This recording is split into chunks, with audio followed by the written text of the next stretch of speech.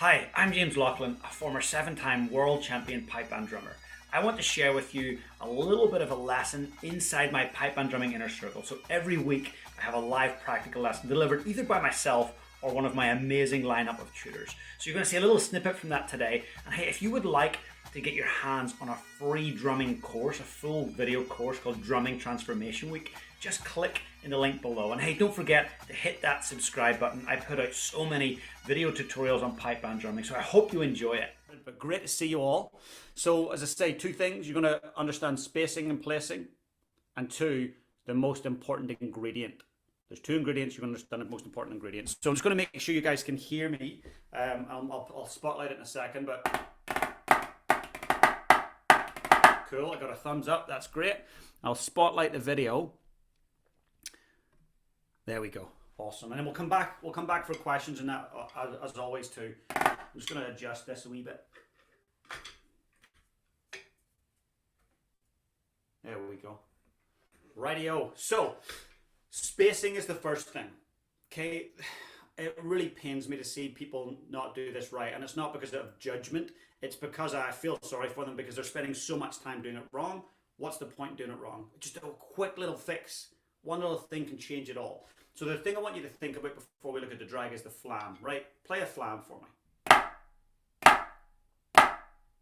Right, you're all playing that. The heights are perfect. I can see the spacing, right? You're getting that. Now, what's the sound that a flam makes? P-L-U-P, plup. Or as Finn likes to say, plop, and then he giggles after it.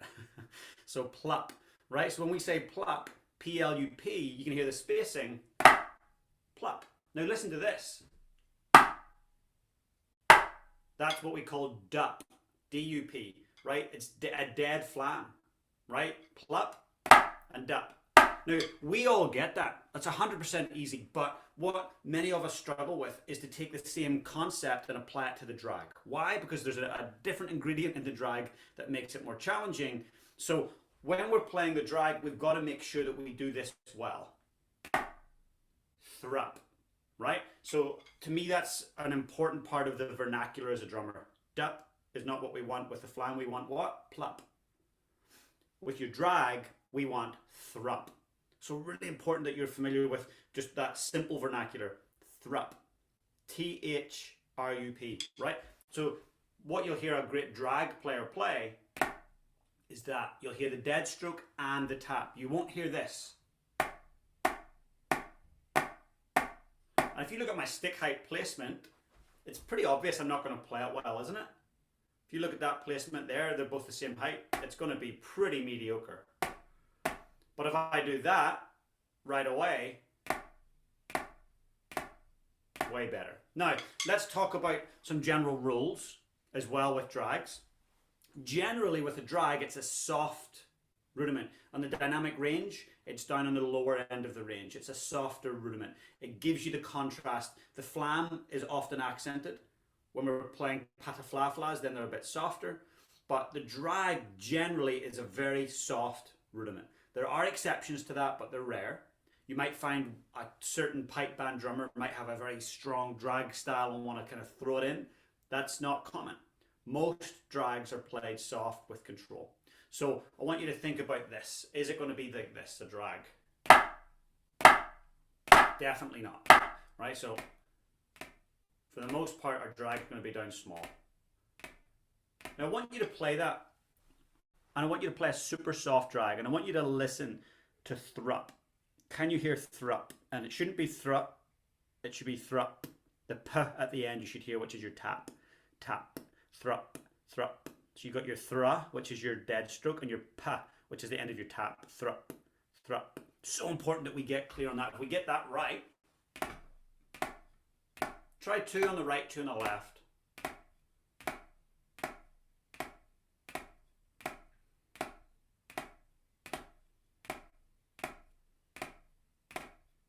Try drag double, so drag, tap, drag, tap, drag, tap, drag, tap. So right, drag, right, tap, left, drag, left, tap.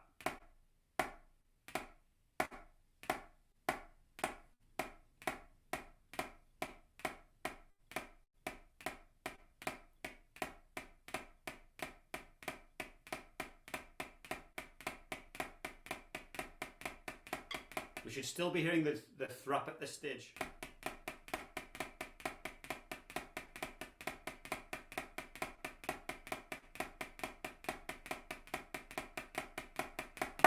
Okay, now let's just take that and apply it to a few other rudiments. Let's try drag a diddle. Right drag, left tap, right double, and then the opposite. So it'll be drag a diddle, drag a diddle. Thrup. Really important we get the thrup.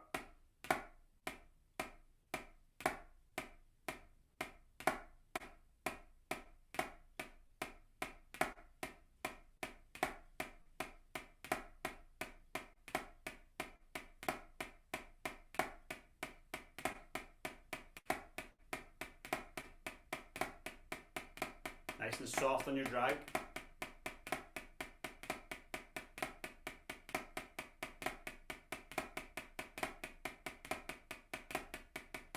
Okay, and I want you just to be conscious of your height as you're playing that, right? I want you to make sure that this is not happening, right? There's got to be always this when you're setting up for a drag or flying. You've got to see that separation, right? We don't want that.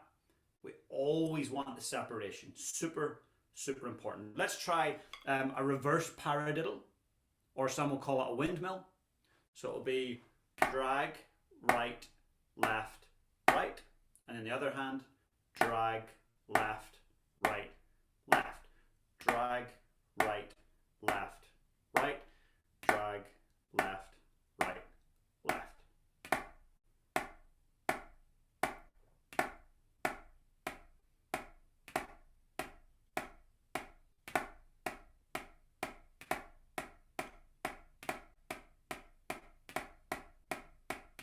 Good stuff.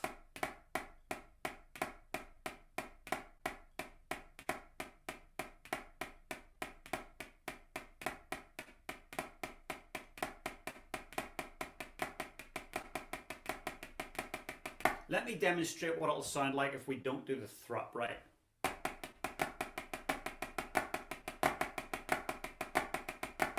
You just get a dot, dot, dot. I've been guilty of playing dot a lot in my life. And if I'm not really focusing, it will always revert to that, right? That habit will always revert. So thrup, and I'm going to repeat it 100 times. Being able to say thrup, I know that drag and thrup are the same thing. Thrup is the verbal representation of the name of the drag. Thrup, just being able to know that distinction and say it all the time and teach it, that's going to really ingrain it and make it easier to set it up. A couple of people that are really great at drags. Steve McWhirter, really great at drags, right? Just really great. And you might be like, James, it's one simple rudiment. Why would you notice? Why? Because he's excellent at it and he always does it really well. Reid Maxwell, really great at drags. Sebastian Pokeider, really great at drags. Certain people just do it really well. Now, it takes consistency, but you've got to know the rules. Now, we're going to look at this secret ingredient, the most important, the MVP of the drag. There's 2 ingredients in a drag. Here is the most important thing to focus on. I hope you enjoyed that little bit of a clip from our inner circle. If you'd like to see the full video, head on over to pipebandrumminginnercircle.com. I will put that description in the link below. Please be sure to hit that subscribe button because every week I upload a new video lesson. You don't want to be missing out on that. And please, while you're here, hit that subscribe button.